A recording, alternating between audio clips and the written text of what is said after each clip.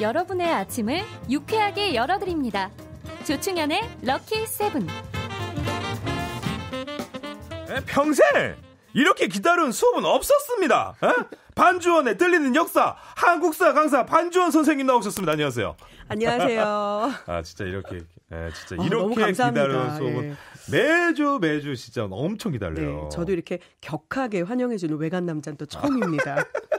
근데 저희 여기 반주원에 들리는 역사 이 코너가 다양한 방식으로 들을 수 있습니다, 여러분. 팟캐스트 초록 검색창 그리고 튜브 이런데 조충현의 럭키세븐 검색하면 날짜별로 또 들을 수 있으니까 매주 기다리는 또 이렇게도 중간중간에 보잖아요. 그렇죠. 듣고. 감사합니다. 네, 오늘 굉장히 또 기대가 되는데 오늘 어떤 주제로 수업해 주실 거예요? 자, 오늘은요. 이제 민족 최대의 명절인 설날이 정말 코 앞으로 다가왔죠. 네네. 자, 올해 무슨 년인가요? 오늘 기해. 네네, 기해년이죠. 네. 자, 기해년이라고 하면 돼지랑 관련된다. 그리고 이게 황금 돼지라더라. 맞아요. 이런 얘기 많이 들어보셨을 거예요. 근데 자꾸 황금이 되게 많아요. 네. 작년에는 황금 개띠였잖아요.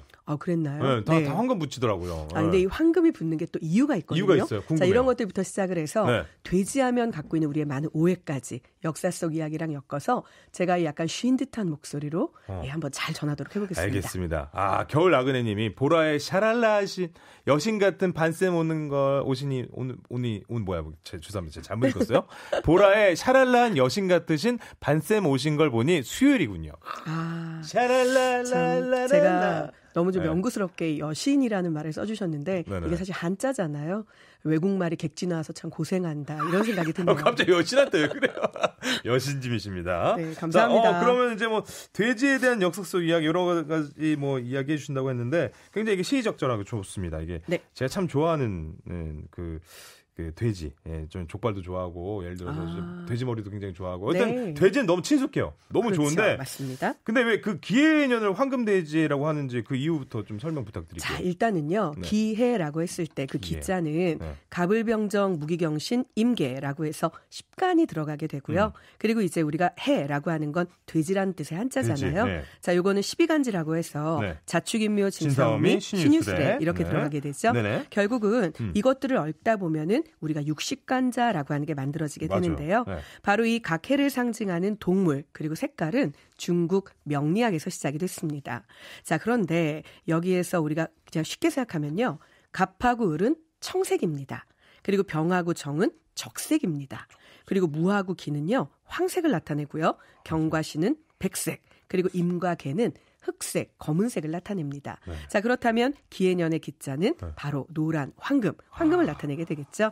자, 그래서 황금돼지의 해다 혹은 황금돼지띠의 해다 이렇게 얘기를 하는데요.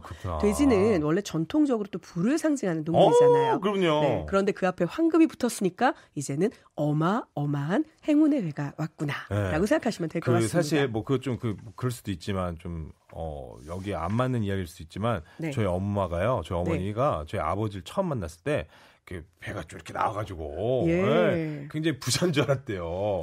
근데 그거는 제가 어머니가 아니어도요 여자 입장에서 답변을 드릴 수 있습니다. 예전에 한 80년대에는 그랬다고 하던데. 내 마음에 드는 남자가 배가 나오잖아요. 그게 인품으로 보이죠. 그리고 내 마음에 들지 않는 남자가 배가 나오면 게으름으로 보여요. 결국은 이게 내가 하면 로맨스, 남이 하면 불륜. 그렇군요. 같은 연결선상인 거죠. 그걸 갑자기 돼지 하니까 갑자기 또 생각이 났습니다만. 근데 사실 족발이든 뭐든 음식으로도 굉장히 친숙한 삼겹살 너무 좋아하는데 많이는 먹어봤는데 이 아이에 대해서 아는 건 많지 않은 것 같아요. 맞습니다. 자, 제가 방금 해는 돼지라는 뜻의 한자다라고 얘기했잖아요.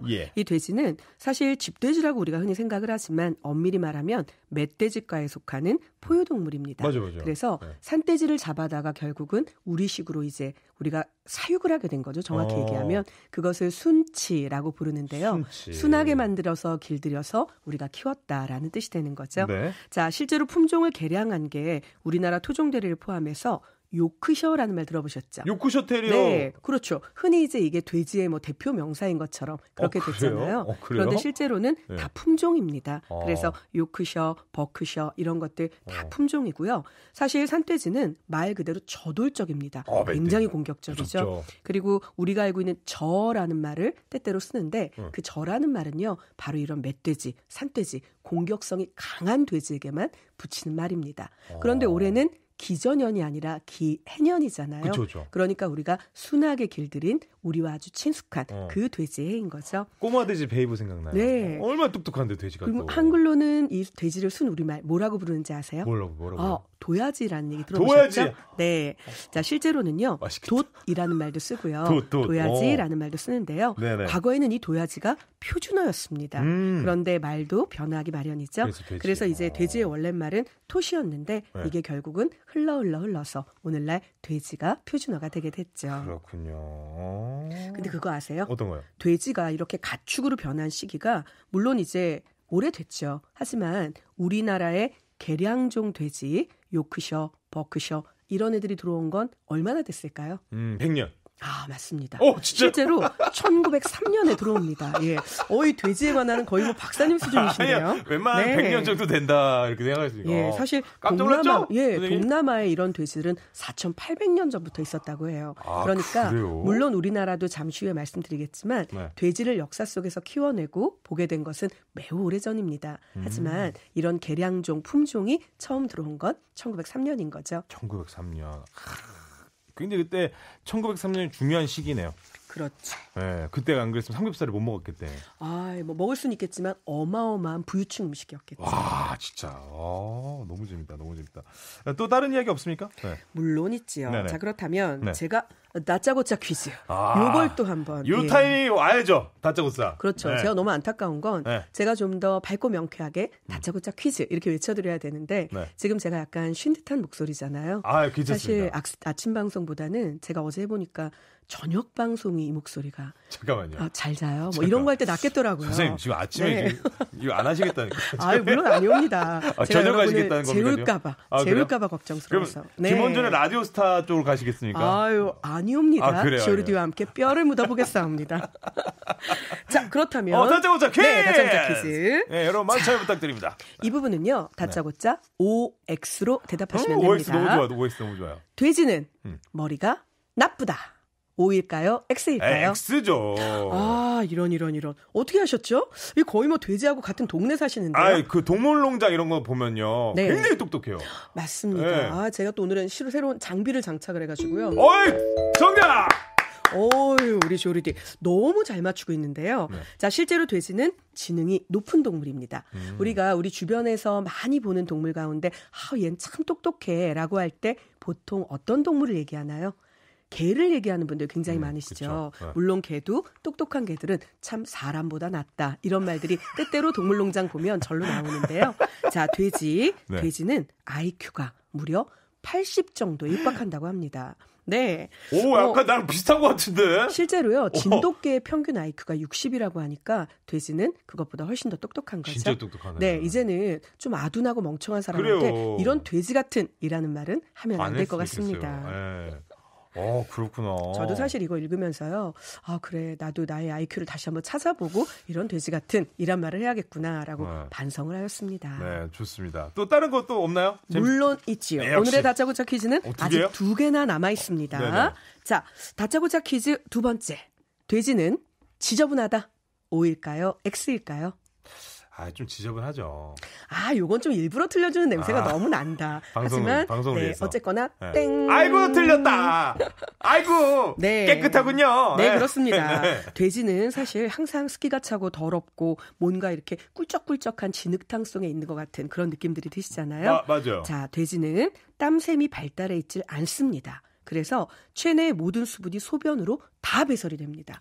그렇기 때문에 배설 장소를 따로 만들어주면 거기 있는 배설물의 냄새를 맡고요. 그 장소에다가만 원래 배설을 한다고 합니다. 그럼 키우기 진짜 쉽겠다. 네. 그렇죠? 그리고 누울 곳을 항상 깨끗하게 유지하는 습성이 있는데요. 다만 문제는 보통 우리는 돼지를 키울 때 소나 닭이랑 함께 키우잖아요. 네. 자, 그런데 이런 소나 닭은 아무리 훈련을 시켜도 대소변을 일정한 장소에 배설을 하지 못한다고 합니다. 그러다 보니까 상대적으로 소변을 많이 밖으로 배출하는 돼지가 이 모든 더러움의 주범인 것처럼 오해를 받게 된 것이고요. 사람들이 이 부분을 빠르게 치워주지 않았기 때문에 결국 돼지우리라는 말이 생겨버린 거죠. 결국 돼지는요, 절대 지저분하지 않습니다. 그렇군요. 아 근데 네. 제주도 저기 가면 민속촌 같은 데 가면 네. 돼지 따로 이렇게 네, 똥하나 이렇게 똥돼지라고 키우죠. 네, 키우죠. 그거 저 어렸을 때 보고 더럽다 이렇게 생각했어요. 그럼 또 이 오해를 풀어드려야겠네요. 네, 자, 잘 생각해 보시면 네. 유독 네. 제주도를 비롯한 산간지방 일대에서만 네. 똥돼지를 키운다라는 생각 안 드시나요? 그러니까 왜 그러지? 자, 일반적으로 우리가 흔히 말하는 도시 주변에 있는 근교에서는 똥을 먹여서 돼지를 키우지 않습니다. 자, 그런데 네. 유독 제주도와 산간지방 일대에서 바로 이 똥돼지가 크게 되는 이유는요. 예. 아주 인간 친화적인 이유입니다. 어떤? 자, 돼지에게는 천적이 있습니다. 그 천적은 오늘날은 쉽게 볼 수 없지만 과거에는 집안 주변에도 늘 상주하면서 같이 생활했고요. 같이. 독이 있기 때문에 물리면 굉장히 치명적이기도 했습니다. 바로 그 돼지의 천적은 누구일까요? 누구요? 뱀입니다. 자, 사람들이 이를 볼 때 옷을 벗게 되죠. 자, 옷을 내리고 이를 볼 때 아래쪽을 계속 주시할 수는 없습니다. 그쵸. 그렇게 되면 보통 뒷간이라고 부르는 것들은 산속 혹은 집의 아주 뒤편에 언덕배기, 나무 숲이 있는 곳 주변 이런 곳에 위치하게 맞아요. 되잖아요. 우리 외할머니 때 그랬어요. 그렇죠. 네. 그럼 이제 그 이를 보는 사이에 네. 뱀이 와서 엉덩이를 물게 될 우려도 있는 거죠. 결국 여기에 돼지를 풀어놓게 되면 돼지는 뱀의 천적이기 때문에 뱀을 잡아먹습니다. 그래서 그런구나. 네, 그래서 똥돼지가 생긴 거죠. 그래서 그런 거지 그것 때문에 그런 건 아니었구나. 아. 네, 이제 돼지에 대한 오해 또 하나 잘 풀리셨나요? 풀렸습니다. 조호선님이요. 네. 돼지한테 괜히 미안하네 이렇게 하셨고 그렇죠. 은초롱 금초롱님 오늘 반전의 반전이라고. 역시 반전 선생님과 함께한 반전의 반전을 느낄 수 있습니다. 아 그러니까 김우자님이 야 완벽하게 흑역사 없어질 듯하네요. 아, 없어졌으면 좋겠는데요. 네. 왠지 제가 12년 후에 다시 여기 나와서 여러분 돼지에 대한 오해는요 이런 걸 할까봐 조금 걱정스럽기도 합니다. 근데 저희 들으신 분들은 귀에 쏙쏙 들어오기 때문에 그럼요. 절대 잊지 않습니다. 네. 화이팅! 화이팅! 좋습니다. 8470님이 이래서 오늘부터 족발을 어떻게 먹죠 하셨는데 맛있게 드시면 됩니다. 그렇죠. 맛있게. 음식은 음식으로. 그렇죠. 자, 음악이 좋은 방송 KBS 2라디오 조충현의 럭키세븐 기해년을 맞아서 오늘 수업 주제는 돼지고요. 일단 돼지 상식을 짚어보고 있습니다. 아, 또 혹시 돼지에 대한 오해 있습니까? 물론 있죠. 다짜고짜 퀴즈는 네. 끝나지 않습니다. 예. 아직도 하나 남아있는데요. 예. 돼지는 너무 먹을 걸 밝혀서 자녀, 새끼 돼지가 먹을 것까지 어미 돼지가 다 먹는다. 모성애가 없다. 올까요? X일까요? 새끼 돼지 꿀꿀꿀. 아, 모성애가 있지 않을까요? 아, 맞습니다. 오늘 마지막으로 한번 쳐보고요. 네. 감사합니다. 모성애가 그냥 있는 정도가 아니고요. 엄청나요? 실제로는 모성애가 굉장히 강하다고 합니다. 자, 멧돼지는 특히 특유의 민첩성 때문에 네. 생후 45일만 되면 젖을 완전히 떼고 스스로 먹이를 다 해결할 수 있다고 합니다. 그럼에도 불구하고 엄마는요. 바로 이 새끼가 아주 성숙해서 이 어미의 곁을 완전히 떠날 때까지 절대 새끼를 돌보는 일을 멈추지 않는다고 합니다. 야생의 돼지도 이럴 정도인데요. 사실 집돼지는 먹이를 주인이 모두 해결해주기 때문에 상대적으로 모성애가 없는 것처럼 오해를 불러일으키지만 실제 돼지는 모성애가 굉장히 강한 동물입니다. 그 멧돼지도 보면은 네. 새끼 돼지 때문에 새끼 때문에 막 와갖고 막 하는 경우도 있잖아요. 그럼요. 많이 있죠. 맞아요. 야, 그동안 저희가 돼지를 참 몰라주고 있었던 것 같은데 그럼 맞습니다. 역사 속 돼지로 한번 들어가 보도록 하겠습니다. 네. 우리 역사에서 돼지 언제부터 본격적으로 등장합니까? 자, 우리가 알고 있는 초기철기 시대 여러 국가라는 네. 챕터를 아마 국사 시간에 배웠던 기억이 나실 겁니다. 맞아요. 부여, 초기고구려, 네. 옥저동해, 마한진한, 변한 네. 기억나시나요? 네네네. 자, 그때 부여라고 하는 나라를 보면요. 네. 자, 지금 이게 삼국지 위서동의전이라고 하는 사실은 중국의 아주 옛 기록에 나오는 겁니다. 네. 자, 그런데 이게 초기철기 시대니까요. 실제로는 BC 4세기를 전후로 해서 그거보다 훨씬 이전부터 있었던 일들이거든요. 자, 그런데 거기에 보면요. 그 지역 최고의 지배자 가운데 한 명의 이름에 돼지 저자가 붙어 있습니다. 아 진짜? 네, 저가라고 하는데요. 저가. 자, 물론 마가, 우가, 저가, 맞아요. 구가 이렇게 해서 네. 모두 말이나 소, 개 이런 동물의 이름이 붙어 있긴 하지만요. 바로 이때도 저가, 이 돼지 이름이 붙어 있는 걸로 볼 때 우리 역사상 이미 그때부터 돼지는 우리 이웃이었구나라는 것도 알 수 있고요. 그래요. 또 하나 실제로 옛날 북방에 탕리국이라는 한 곳에서 왕의 시녀가 아이를 낳았는데요. 네. 왕이 아이를 죽이려고 돼지 우리에 버렸지만 돼지가 입김을 불어넣어서 죽지 않았다. 그리고 결국은 탕리국의 돼지가 살려준 아이가 곧 부여를 건국한 동명이 되었다라는 이야기가 있습니다. 오. 바로 동명성왕에 대한 탄생 설화인데요. 우린 이걸 어떻게 알고 있냐면 동명서랑은 사실 어머니 유아 부인이 알로 낳았죠. 네. 그래서 어머니와 살고 있던 부여의 금화왕이 네. 해모수의 아들이었던 이 동명성왕 알에서 태어난 것을 사실은 그리 기뻐하지 않았습니다. 해모수 고구려 네. 주먹 엄청 생각났네요. 고구려. 네, 그래서 바로 이 알을 해모수. 돼지 우리에 버리는 일이 벌어지는데요. 네. 문제는 돼지들이 알을 보호해서 결국 동명성왕은 무사하게 태어난다라는 대목이 나오죠. 그렇구나. 자, 그렇다면 우리 역사 속에 이것 외에도요. 네. 사실 외국 사람들이 우리를 기록한 글들이 있습니다. 앞서 말씀드린 삼국지 위지동의전이 대표적인데요. 네. 거기에 보면 우리나라 사람은 소 또는 돼지 기르는 것을 정말 좋아한다라는 기록이 있습니다. 결국은 멧돼지를 끊임없이 집돼지로 만들려는 노력이 이미 2000년 전부터 꾸준하게 있었구나라고 알 수 있는 거죠. 돼지한테. 그렇죠. 같이 살자. 맞습니다. 같이 살자. 그 목소리는 어디선가 많이 듣던 왜 이렇죠? 뭐 이런 목소리로 들리네요. 저 빨리 네. 같이 살자 하는 것 같은데. 실제로 고구려 시대에는요. 예. 음력 3월 3일 사냥을 할 때 돼지와 사슴을 잡아서 제사를 지냈고요. 네. 조선 시대에는 토끼와 멧돼지를 주로 제물로 사용했다고 합니다. 조호선님이 알고 보니 아주 훌륭한 가축이었네요. 또 이렇게 얘기해 주시고 계십니다. 이게 또 고대 역사 속에서는 좀 신성한 이미지로 많이 표현되는 것 같은데 또 어떻게 그려지고 있나요? 맞습니다. 실제로 고구려가 수도를 옮길 때도요. 네. 바로 이 돼지에 대한 이야기가 전해집니다. 자, 고구려의 관리였던 설지는 네. 장생이라고 해서 희생한 동물을 관리하는 제사용 동물 관리 직책을 맡고 있었습니다. 예. 자, 그런데 왕의 명령에 따라 제천의식 때 희생양으로 바치는 돼지를 잘 관리하고 있었는데 네. 이 돼지가 그만 도망을 가버린 거죠. 네. 자, 이걸 해결하지 못하면 이 사람 이제 목과 몸이 분리될 일만 남았습니다. 아이고, 자, 그래서 이 사람이 그 돼지를 찾아서 헤매다가 네네. 결국은 국내 위남이라는 곳에서 이 돼지를 붙잡았습니다. 오. 그리고 돌아와서 왕에게 보고하기를 예. 국내 위남이라는 지역을 우리가 잘 모르고 있었는데 지세가 험준해서 외적을 방어할 때 너무나 좋습니다. 이곳에 도읍을 정하면 어떨까요? 결국 돼지가 점지해준 땅이 되는 것이죠. 그렇네요. 자, 그렇다면 국내 위남이라는 이름을 가진 이 도읍, 바로 여기가 여러분이 알고 계시는 고구려의 두 번째 수도 국내성이 되는 겁니다. 네, 아마 고구려가 처음에 졸본산성, 오녀산성에서 기원을 해서 그 다음에 국내성으로 옮겼다가 나중에 이제 장수왕 때가 되면 평양, 서경으로 천도하거든요. 네. 그런데 이 두 번째 수도였던 국내성은요, 국내성. 바로 이렇게 돼지가 점지해준 수도였습니다. 그렇군요.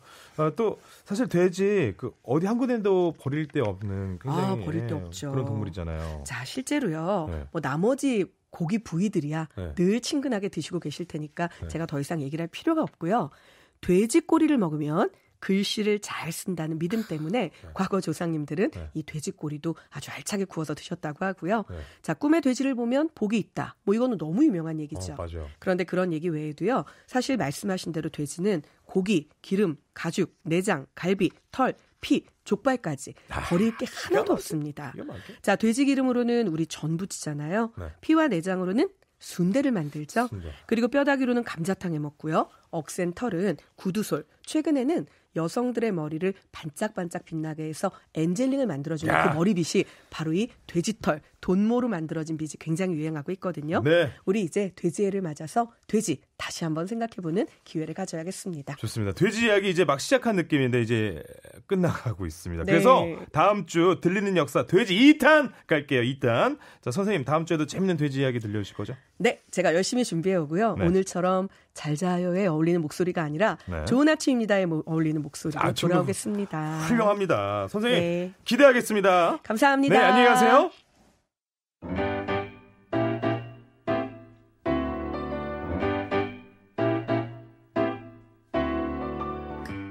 여러분의 아침을 유쾌하게 열어드립니다. 조충현의 럭키 세븐.